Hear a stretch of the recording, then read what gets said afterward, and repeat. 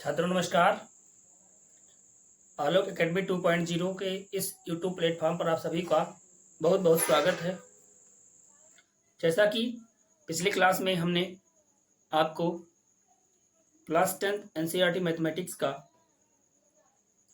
त्रिकोणमिति का एक्सरसाइज 8.2 का कुछ इंट्रोडक्शन और कुछ न्यूमेरिकल आपको बता चुके हैं। उसी के क्रम में कुछ महत्वपूर्ण प्रश्नों की श्रृंखला लेकर हम आप लोगों के समक्ष उपस्थित हैं। आइए इस क्लास को शुरू करते हैं। हमारा पहला क्वेश्चन है, कह रहा निम्नलिखित का मान ज्ञात कीजिए। cos 45 अपान sec 30 प्लस कोसेक 30 का मान ज्ञात करना है। cos 45 अपान sec 30 प्लस कोसेक 30 का मान ज्ञात करना है। चलिए देखिए, बहुत ही प्यारा सा और आसान प्रश्न है। यहाँ पर आपको हम पिछली क्लास में जब इसका इंट्रोडक्शन बताए थे तो त्रिकोणमितीय अनुपात यानी कि 0 से 90 डिग्री के जो वैल्यूज होते हैं, sine cos tan cos sec cosec के, सब आपको करना सिखाए थे बेहतर तरीके से, और हमें उम्मीद है कि आप लोगों को याद भी हो गया होगा। तो आइए इस क्लास को शुरू करते हैं और इस सवाल को हल कर लेते हैं बहुत ही आसानी से। आपको पता है कि cos 45 का मान क्या होता है। cos 45 का मान पहले एक बार लिख लेते हैं, cos 45 degree divide by sec 30 degree plus cosec 30 degree.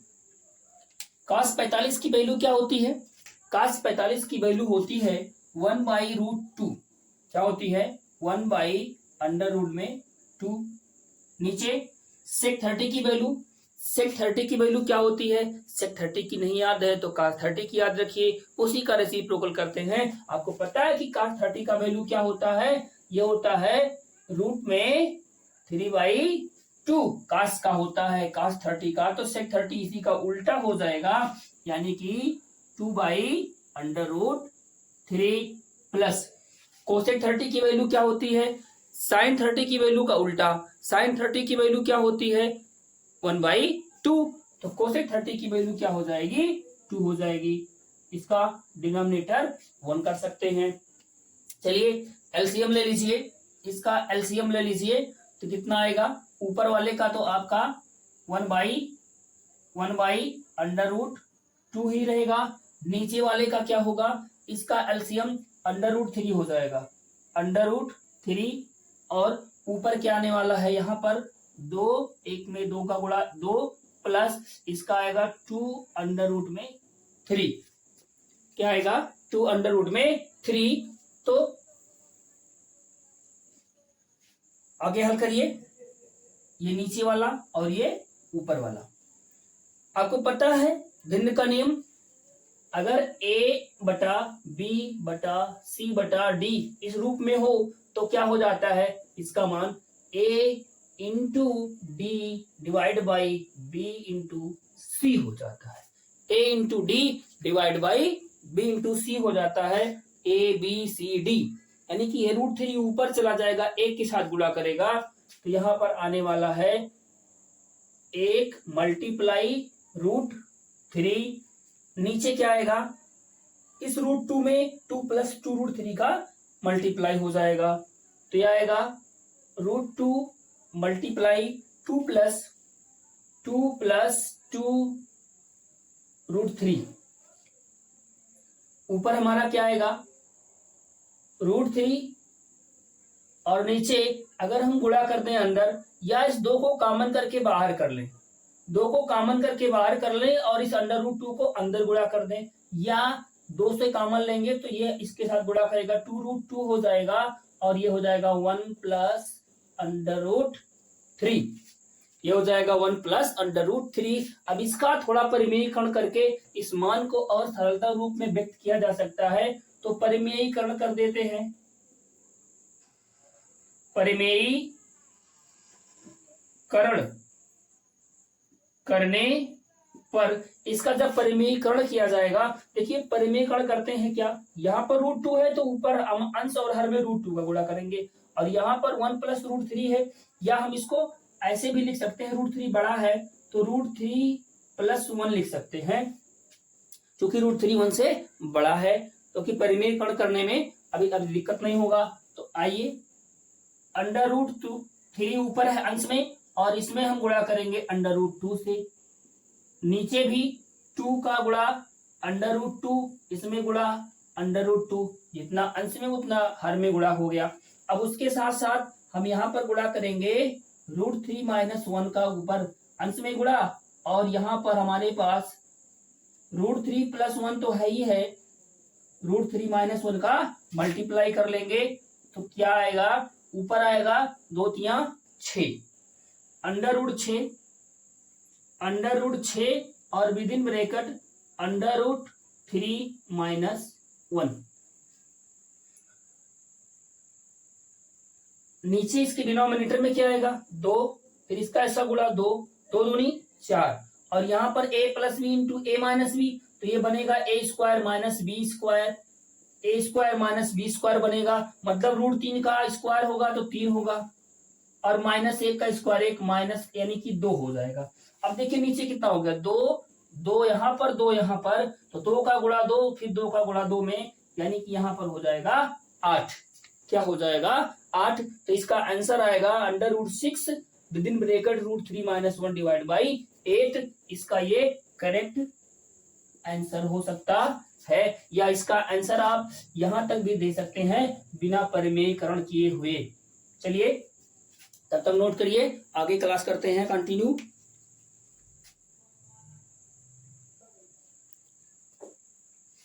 हमारा नेक्स्ट क्वेश्चन है sin 30 + tan 45 - cosec 60 upon sec 30 + cos 60 + cot 45। इसका वैल्यू हमें ज्ञात करना है। तो चलिए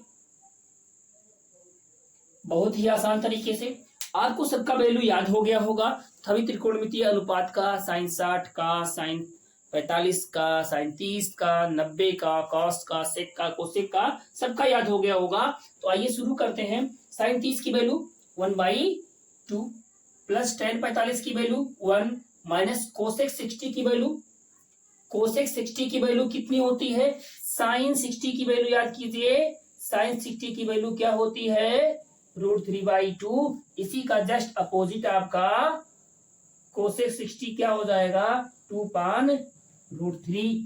तो यहां पर लिख लिया जाएगा 2/√3 डिवाइड बाई sec 30।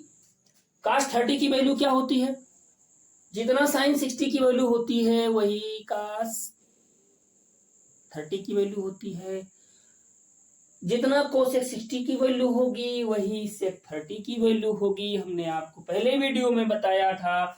तो आइए यहां पर लिखेंगे 2/√3 प्लस cos 60 की वैल्यू sin 30 डिग्री के बराबर 1/2 प्लस cot 45 की वैल्यू 1।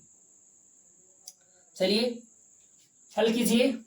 ऊपर वाला आधे में 1 जोड़ेंगे 1.5 मतलब 3/2, इतना जोड़ने पर 3 क्या हो जाएगा, 1 में आधा जुड़ेगा तो 3/2 हो जाएगा, इतना हो जाएगा। पहले अलग जोड़ते हैं, 3/2 माइनस 2/√3, ये न्यूमरेटर हो गया। डिनोमिनेटर में क्या आने वाला है, डिनोमिनेटर में इसको इसके साथ जोड़ लीजिए, तो यार इधर आपका 2/√3 और प्लस 3/2,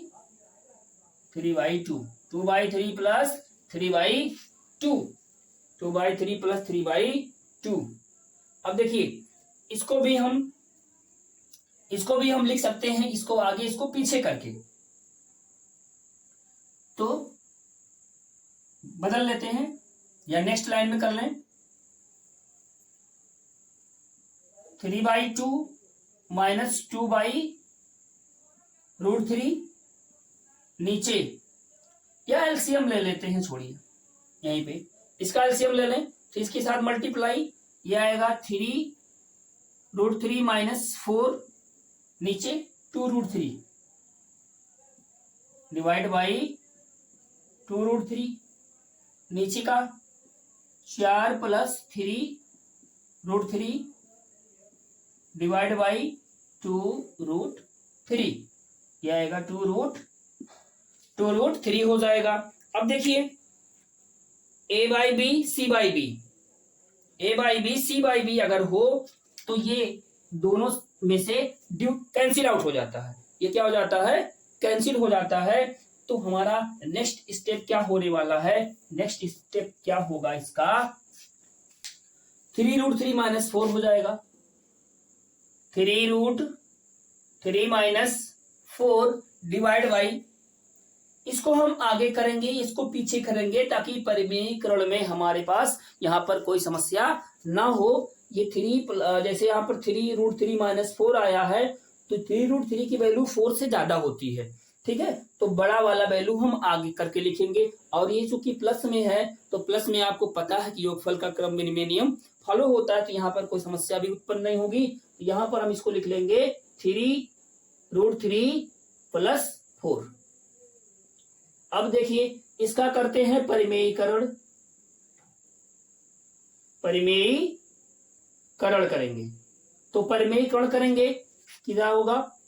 3√3 माइनस 4, इसमें गुणा होगा नीचे वाले के चिन्ह का उल्टा। जो नीचे वाला जो डिनोमिनेटर में चिन्ह लगा होता है उसी का उल्टा चिन्ह से गुणा करते हैं।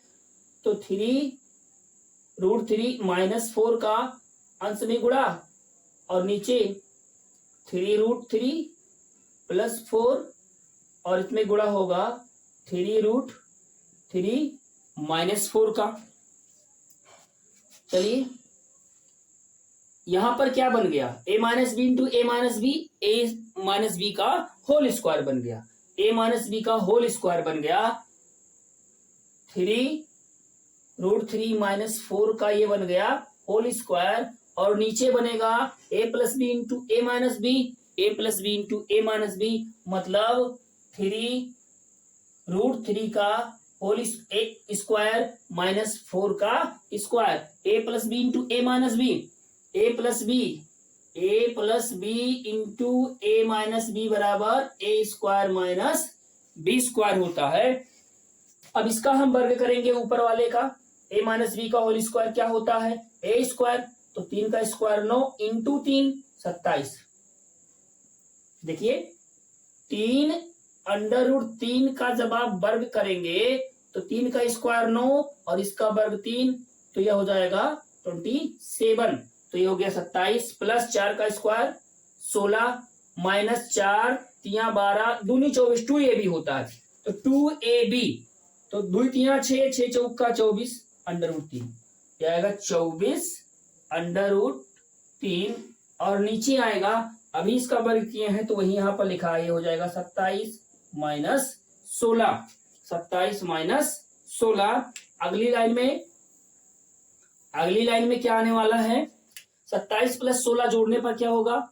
7 और 6 13, 13 2 1 3 1 4, 43 माइनस 24 √3 डिवाइड बाई 27 में 16 जाएगा तो 7 में से 6 जाएगा 1, 2 में से 1 जाएगा 1, 11 हो जाएगा। 43 माइनस 24 √3 बटा 11। अब इसमें किसी प्रकार का कोई कॉमन फैक्टर या डिवाइडेशन रूल होने वाला नहीं है, तो इसका आंसर आपका यही हो जाने वाला है। चलिए कॉपी करिए जल्दी से, अगला क्वेश्चन पे चलते हैं। देखिए अब कुछ वैकल्पिक प्रश्न है हमारे पास ऑब्जेक्टिव टाइप के। इसमें से पहला सवाल दिया है 2 tan 30/1 plus tan square 30 is equal to what. इसकी वैल्यू पता करनी है। tan 60, sin 60, cos 60 और sin 30, इनमें से क्या विकल्प होने वाला है?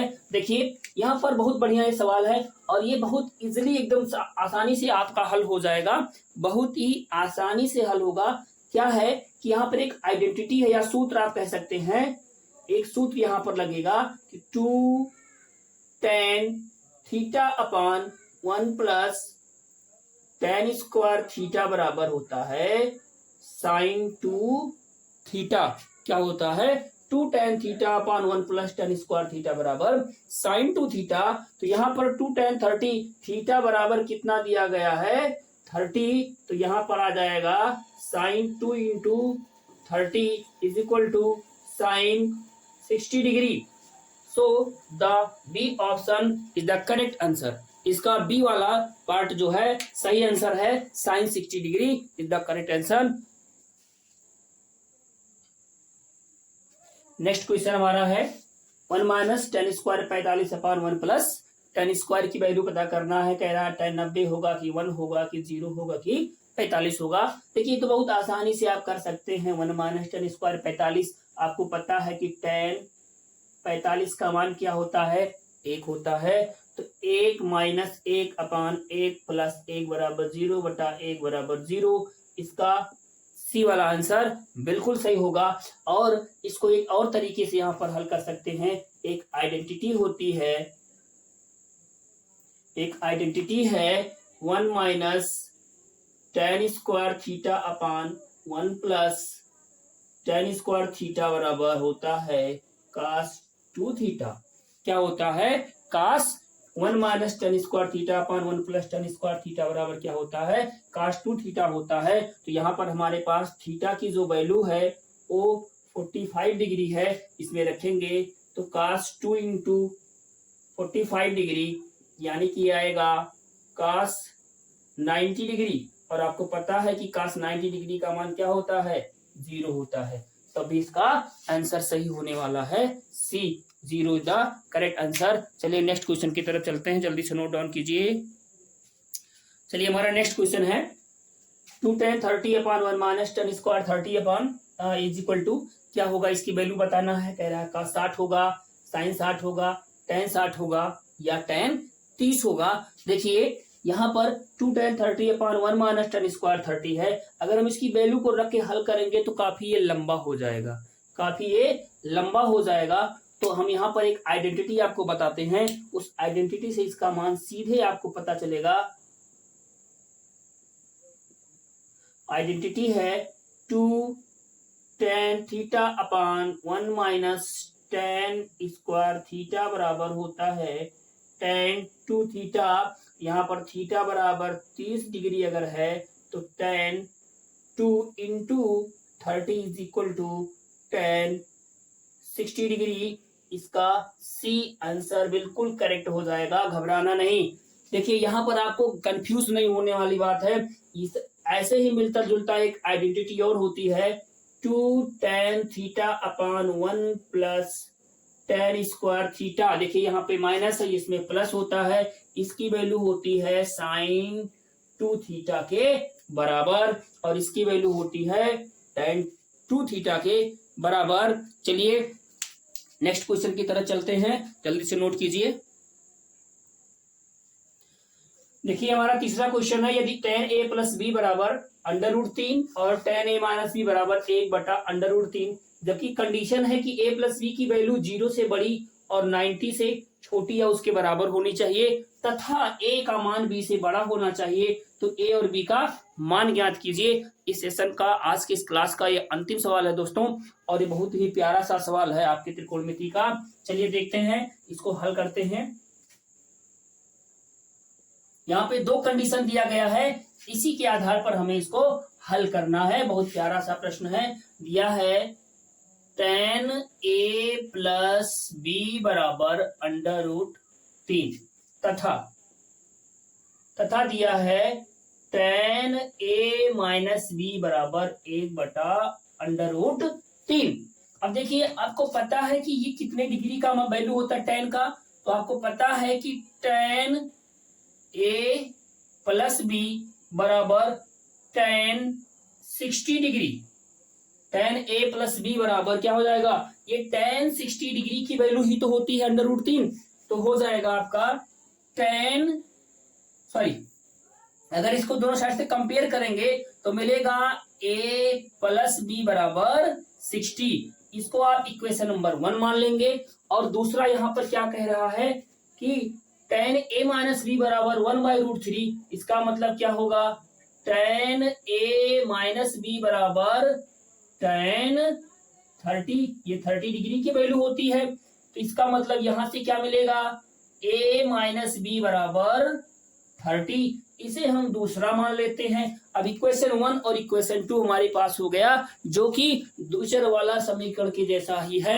अब यहां से हमें ए और बी की वैल्यू पता करनी है, तो हम एक बार समीकरण 1 और 2 को जोड़ देते हैं, एक बार उसको आपस में घटा देते हैं या किसी का मान रख लेंगे, बस हमारा मान हमारे सामने हो जाएगा। चलिए समीकरण 1 प्लस समीकरण 2, मतलब इसका क्या हुआ, इस समीकरण 1 में समीकरण 2 को जोड़ने पर समीकरण 1 प्लस समीकरण 2, जब हम इसको जोड़ेंगे देखिए क्या होगा, ए में ए जुड़ेगा, क्या होगा 2a होगा, क्या होगा 2a होगा, ए में ए जुड़ेगा तो 2a होगा, प्लस बी में माइनस बी जुड़ेगा तो बी से बी क्या हो जाएगा, कैंसिल हो जाएगा, क्या हो जाएगा, कैंसिल हो जाएगा, बराबर क्या आएगा, 60 में 30 जुड़ेगा, क्या हो जाएगा 90 हो जाएगा, क्या हो जाएगा 90 हो जाएगा।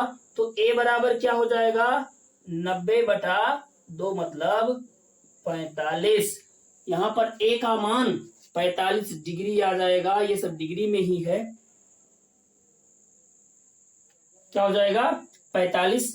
अब हम ए का मान किसी में भी रख के उसका मान बी का पता कर सकते हैं, तो ए का मान समीकरण 1 में रखने पर, ए का मान समीकरण 1 में रख दीजिए, रख देंगे तो क्या मिलेगा 45 प्लस बी बराबर 60, तो बी बराबर 60 माइनस 45, इसका मतलब बी बराबर 15 डिग्री। अब देखिए ये जो कंडीशन हमारे पास आई है, ए बराबर 45 यहां पर आया है,